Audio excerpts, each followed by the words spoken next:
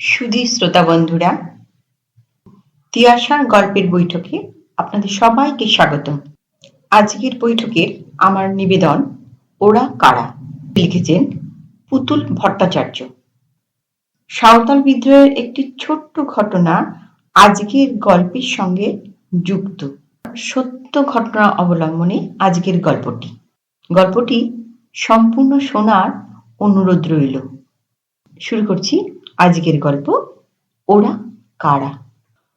শ্মশান কালী মায়ের মন্দিরটার পিছনে ঢালু রাস্তাটা সোজা নিচের দিকে নেমে গিয়ে দামোদর নদে অথবা বলা যায় শ্মশানে মিশেছে।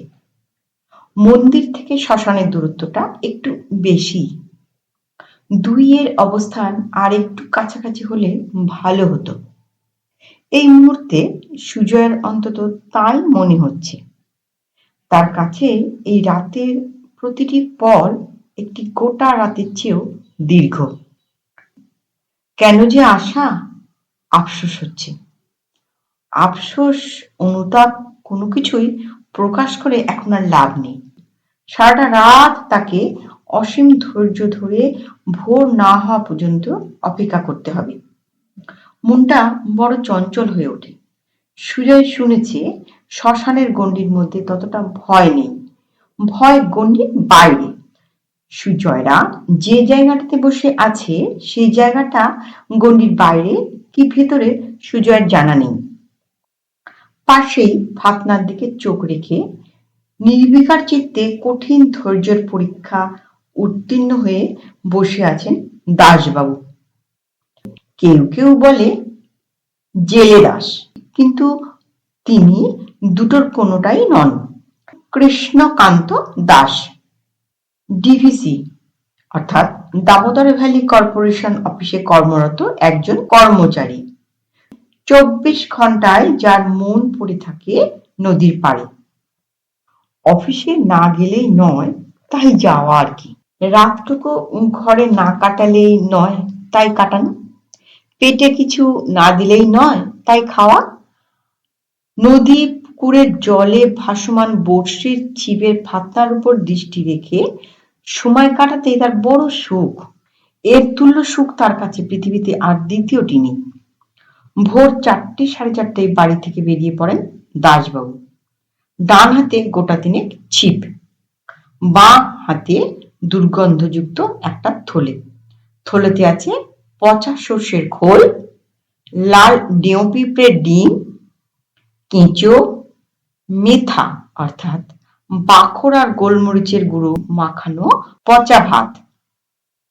পিঁপড়ের ডিম আর কেঁচো মাছেদের টোপ হিসাবে বড়শিতে গেঁথে দেওয়া হয়। মেথা আর সর্ষের খোল চার হিসেবে জলের মধ্যে ছিটিয়ে দিতে হয়। ওগুলো খেতে মাছেরা জলের মধ্যে নির্দিষ্ট জায়গায় ভিড় জমায়। একসময় বড়শিতে গেঁথে উঠে আসতে বাধ্য হয়। বেশিরভাগ দিন 3-4 কিলো ওজনের একাধিক মাছ ধরেন কেষ্টবাবু, কখনো সখনো আবার 12-13 কেজি ওজনেরও।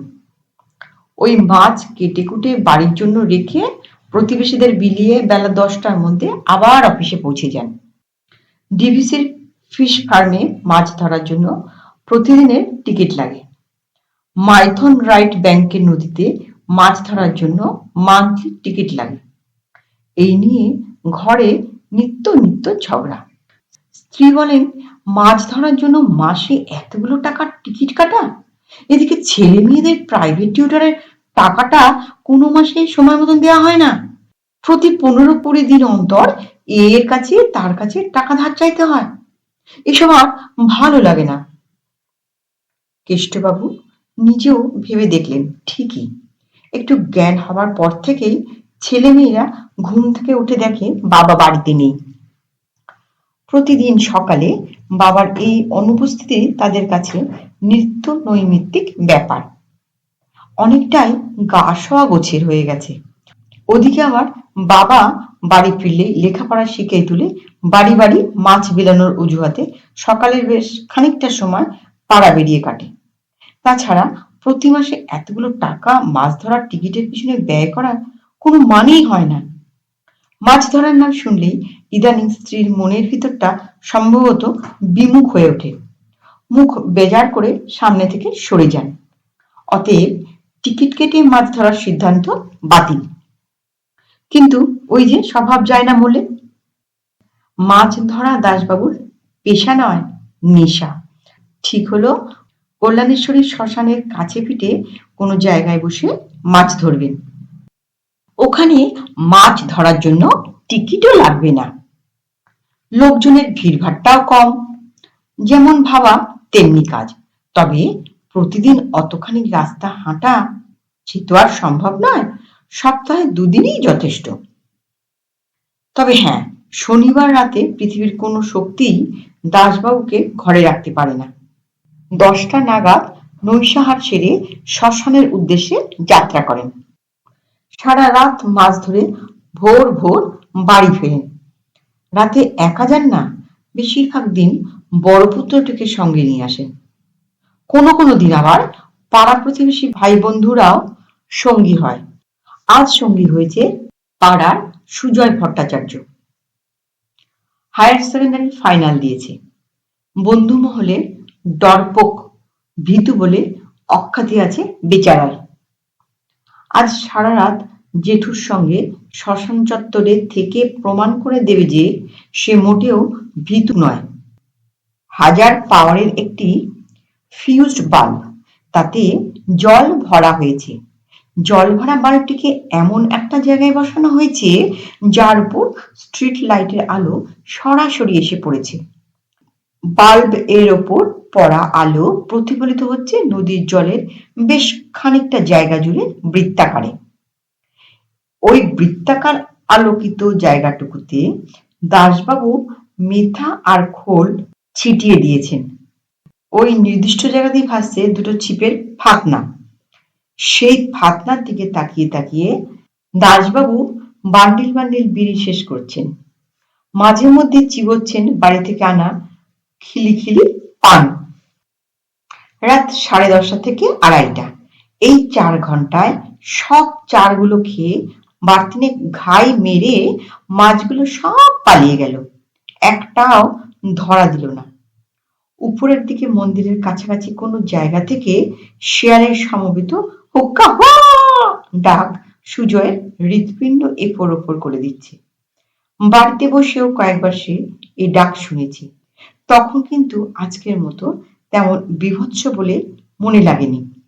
আশেপাশে ঝাঁকড়া ঝাঁকড়া বট, অশ্বত্থ গাছ চারিদিকে ডালপালা ছড়িয়ে রেখেছে। নুয়ে পড়া ডালপালারা অনেকখানি করে জায়গা কবজা করে গাছতলাকে অন্ধকার করে রেখেছে। এসব গাছপালাদের বয়সের কোনো গাছপাথর নেই। এছাড়াও রয়েছে কুল, আমলকি, পলাশ, ডুমুর প্রভৃতি গাছ। বন্ধুদের সঙ্গে এসে কতদিন সুজয় এখান থেকে আমলকি, কুল নিয়ে গেছে। আজ কেন যে ভয় ভয় করছে। কোনো কোনো গাছ থেকে ভেসে আসছে পাখিদের ডানা ঝাপটানোর শব্দ। খুব কাছে কোনো একটা গাছে বসে বিশ্রী স্বরে পেঁচা ডাকছে। চারিদিক নিঝুম নিস্তব্ধ। নিখোশ কালো অন্ধকার স্বচ্ছ স্থির নদীর জলেও তার কালো ছায়ার চাদর বিছিয়ে রেখেছে। জলের মধ্যে বাল্বের প্রতিফলিত বৃত্তাকার আলোটুকু ছাড়া অন্য কোনো দিকে তাকাতে সুজয় ভরসা পাচ্ছে না। চারদিকে কেমন গা ছমছম ভাব। বড়শিতে মাছ ধরা পড়ুক চাই না পড়ুক, জেঠুর সঙ্গে সুজয়কে নিদেন পক্ষে আরো 2 থেকে 2.5 ঘন্টা সময় কাটাতে হবে। এই রাতে একা একা বাড়ি ফেরার মুড়ো তার আর নেই। জেঠু একটা পুরনো অল্প অল্প ছেঁড়া চাদর পেতে তার উপর বসেছেন। ঘুম পেলে নাকি ওটায় শুয়ে ঘুমিয়ে পড়েন। আজ অবশ্য তিনি ঠাঁই বসে আছেন। সুজয়ের চোখেই বরং তন্দ্রা মতন একটু এসেছে। একটু ঘুমিয়ে নিলে মন্দ হয় না। ভয় ডরের হাত থেকে কিছুক্ষণের জন্য হলেও রেহাই পাওয়া যাবে। না, হলো না। জেঠু বললেন, বাবা সুজয়, ডান পাশের ওই বড় পাথরটার উপর থেকে আমার ব্যাগটা নিয়ে আয় তো। আর একটু খাবার ছিটাতে হবে। টর্চটা নিয়ে যা। অন্ধকারে হোঁচট টোচট খাবি তো? আমি একটা বাঁকুড়ার হেরিকেন এনেছি জেঠু, সেটাই জেলে নিচ্ছি। ব্যাগটা আনতে গিয়ে সুজয় অবাক হয়। বড় উঁচু পাথরটার উপর জেঠুর ব্যাগটা, আর তার নিচে আর একটা চওড়া নিচু পাথর, যার খানিকটা অংশ জলের মধ্যে। জলে পা ডুবিয়ে সেখানে বসে আছে দুজন মানুষ। সুজয়ের মনে সন্দেহের উদ্রেক হয়। জিজ্ঞাসা করে, তোমরা কারা? ওরা দুজনে পিছনে ঘুরে সুজয়কে এক নজর দেখেই ঘাড় ঘুরিয়ে নেয়। মুখে কিচ্ছু বলে না। স্ট্রিট লাইটের আলোতে ওদের চেহারা স্পষ্ট বোঝা যাচ্ছে। পিছন থেকে লোক লোক মনে হলেও ওদের বয়স 22-23-এর বেশি হবে না। গায়ের রং কালো, পাথরের মতো নিটোল চেহারা, ভাসা ভাসা চোখ, সুকোমল সরল মুখশ্রী। পড়ি মরি করে ব্যাগটা নিয়ে ছুটে আসে সুজয়। হাত থেকে পড়ে যায় হেরিকেনটা। ভাগ্যি ভালো, হেরিকেনটা ভাঙেনি। এই নাও জেঠু, তোমার ব্যাগ। কই দে। এত হাঁপাচ্ছিস কেন তুই? ভয় পেয়েছিস? নে আয়, বস আমার কাছে। জানো তো জেঠু, ওই ছোট পাথরটাতে দুটো ছেলে বসে আছে। আমার দিকে তাকালো, কিন্তু আমার প্রশ্নের জবাব দিল না। ওরা আজ আবার এসেছে? হ্যাঁ, কিন্তু ওরা কারা? ওদের কথা তোর বাবা জানে। আরো কিছু বলতে গিয়ে জেঠু চুপ করে গেলেন। মাঝে মধ্যে শনিবার রাতে বাবা কেষ্ট জেঠুর সঙ্গে এখানে মাছ ধরতে আসতেন। কোনো কোনো দিন ঘুম পেলে বাবা কালী মন্দিরের বারান্দায় ঘুমোতে যেতেন। সেখানে প্রতি রাতে আরো 4-5 জন ঘুমায়। হুইলের সুতোয় টান পড়লে জেঠু ভট্টাচার্য বাবু বলে হাঁক দিতেন। বাবা অমনি চটজলদি নিচে নেমে আসতেন। দুজনে মিলে কিছুক্ষণ খেলিয়ে খেলিয়ে মাছটাকে ধরে ফেলতেন। পরের দিন খুব মজা করে খাওয়া দাওয়া হতো। মাছের নানা পদ। বছরখানেক হলো শিফটিং ডিউটির জন্য বাবা আর রাতে পারেন না আসতে। কোথা থেকে যেন কর্কশ স্বরে ডেকে উঠল একটা প্রহর গোনা পাখি। সুজয়ের মনে হাজারো প্রশ্নের ভিড় জমা হতে থাকে। আচ্ছা জেঠু, ওদের সঙ্গে তোমার কোনো কথাই হয়নি? না রে, আমি ওই পাথরটায় বসে কয়েকবার মাছ ধরেছি। একদিন সন্ধ্যায় আচমকা ওরা দুজন আমার সামনে এসে হাজির। বলল, এটা আমাদের স্নানের হাত পা ধোবার, আমাদের বিশ্রামের জায়গা। তুমি আর কখনো এর উপর বসে মাছ ধরবে না বাবু। সুজয় বলে, তারপর কি হলো জেঠু? কি আর হবে, ভাবলাম এই ভোর সন্ধ্যায় জনশূন্য নদীর তীরে কোথা থেকে এলো। জলের তলা থেকে উঠলে তো কাপড় চোপড় ভিজে থাকতো, তাও তো নয়। তারপর আর কিছু ভাবার অবকাশ পাইনি। ভয় পেয়ে অজ্ঞান হয়ে গেলাম। আজ তোমার ভয় করছে না জেঠু? সুজয় বলল। না, সেদিন ওদের দেখে আমি ভয় পাইনি তো, পেয়েছিলাম অন্য কারণে। তোর বাবা সেদিন আমার সঙ্গে ছিল। আমরা দুপুরে মাছ ধরতে এসেছিলাম। সন্ধ্যায় বাড়ি ফেরার মুখে ওদের সঙ্গে দেখা হয়েছিল। তুমি তো ওদের দেখে ভয় পাওনি। কি দেখে তবে ভয় পেয়েছিলে? বলছি, দাঁড়া। সুজয় দেখছে তার সঙ্গে জেঠু কথা বলছে ঠিকই, চোখ দুটো রয়েছে ফাতনার দিকে। হঠাৎ জেঠু চেঁচিয়ে বললেন, বড়শির সুতোয় টান পড়েছে। সুজয়, তুই হুইল ঘুরিয়ে ঘুরিয়ে সুতো ছাড়, আমি জলে নামছি। লুঙ্গির উপরে গামছা জড়িয়ে জেঠু জলে নামলেন। মাছে মানুষে কিছুক্ষণ লুকোচুরি খেলা হলো। শেষ পর্যন্ত মাছটা কিনারে এলো। ওজন 10-12 কেজির নিচে হবে না। গায়ের আঁশগুলো সোনালি রঙের। ওকে ওপর তুলে আনতে সুজয়কে আর জেঠুকে বার দুয়েক থকথকে কাদায় গড়াগড়ি খেতে হয়েছে। সুজয় জিজ্ঞাসা করে, এটা কি মাছ জেঠু? জেঠুর কথাটা মৃগে। জেঠুর কথাটা তখনও শেষ হয়নি। ডিনামাইট দিয়ে পাথর ফাটানোর বিকট শব্দ। সঙ্গে সঙ্গে উপর থেকে অত্যন্ত দ্রুত গতিতে গোটা কয়েক বিশাল বিশাল বড় বড় পাথরের চাই গড়িয়ে নিচের দিকে আসছে। পাথরে বসে থাকা ছেলে দুটি গগনভেদী আর্তচিৎকারে জ্ঞান হারিয়ে ফেলে সুজয়। ধীরে ধীরে চোখ খোলে সুজয়। কানে যায় জেঠুর মিষ্টি ডাক, ওঠ সুজয়, এত বড় একটা মাছ, সঙ্গে অসুস্থ তুই, তোদেরকে এখানে ফেলে রেখে কি করে কাউকে ডাকতে যাই বলতো? ভয়ে ভয়ে চোখ খোলে সুজয়। ভোরের আলো ফুটবো ফুটবো করছে, ঘুটঘুটে অন্ধকারটাও কেটে গেছে। সবকিছু মনে পড়ে যায় সুজয়ের। ডেড বডি দুটো নিয়ে গেছে জেঠু? না, ওরা মরেনি। ওরা মরেনি? ডিনামাইট দিয়ে পাথর ফাটানো, পাথর গড়ানো, আর্তচিৎকার। রাস্তায় যেতে যেতে বলবো, সূর্য উঠে গেলে হাঁটতে কষ্ট হবে, নে চল। না, কোনো কষ্ট হবে না, মাছটা আমি বইবো। তুমি বলো তো সেদিন কি হয়েছিল? জেঠু বলেন, তোর মতন দুর্দশা সেদিন আমারও হয়েছিল।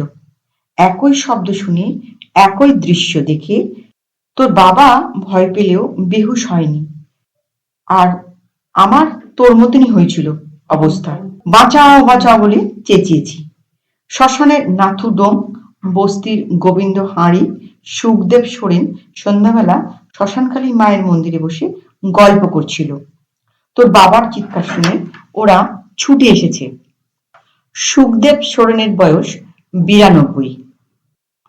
ব্রিটিশ আমলের বহু ঘটনার প্রত্যক্ষদর্শী। ওর মুখ থেকে আমরা সেদিন শুনেছি, পাথরে বসা ছেলে দুটি আসলে দুজন স্বাধীনতা সংগ্রামী। 7-8 পর্যন্ত পড়াশোনা করেছে। ওরা বিরসা মুন্ডার ভক্ত। এর তল্লাটে সাঁওতাল বিদ্রোহের নেতৃত্ব দিয়েছে ওরা। ব্রিটিশ সরকার ওদের ওইভাবেই মেরেছে, যেভাবে দেখলি, যা শুনলি। বছরের একটা দিনে, সম্ভবত ওদের মৃত্যু দিবসে সন্ধ্যের পর থেকে সারা রাত ওরা ওই পাথরেই বসে থাকে। শোনা যায় ওরা অতর্কিতে আক্রান্ত হয়েছিল, নইলে তীর ধনুক দিয়ে অনেক ব্রিটিশদের ওরা ঘায়েল করেছে সেই সময়। সুজয় বলল, কিন্তু ওদের কথা তো কেউ জানলো না জেঠু। দেখ, দেশের স্বাধীনতা আন্দোলনে সেদিন ভারতের সব রাজ্যের, সব জাতের বহু মানুষই যোগদান করেছে এবং প্রাণ দিয়েছে। সবাই কিন্তু ইতিহাসের পাতায় ঠাঁই পায়নি, তা বলে তাদের আত্মবলিদান বৃথা যায়নি। ওরা রক্ত দিয়েছে, জীবন দিয়েছে, আর আমরা স্বাধীনতার সুখভোগ করছি। ওরা প্রাণ না দিলে ভারতবর্ষ কোনোদিনও স্বাধীন হতো না। ওদের আত্মত্যাগ দেশের মানুষদের মধ্যে এবং পরবর্তী প্রজন্মের মধ্যে দেশকে ভালোবাসার প্রেরণা জুগিয়েছে। নতুন ভোরের স্নিগ্ধ আলোয় নতুন অভিজ্ঞতা নিয়ে বাড়ি ফিরছে সুজয়। চড়াই বেয়ে উপরের দিকে উঠতে উঠতে জেঠু বললেন, এবার বুঝেছিস তো ওরা কারা? হ্যাঁ, বুঝেছি। ওরা ছিল এই এলাকার সাঁওতাল বিদ্রোহের নেতা, সার্থক সাঁওতাল নেতা। ওরাই ছিল এই এলাকার বিদ্রোহী সিধু কানু। নমস্কার। গল্পটি কেমন লাগলো? গল্পটি ভালো লাগলে দয়া করে একটা লাইক করতে ভুলবেন না।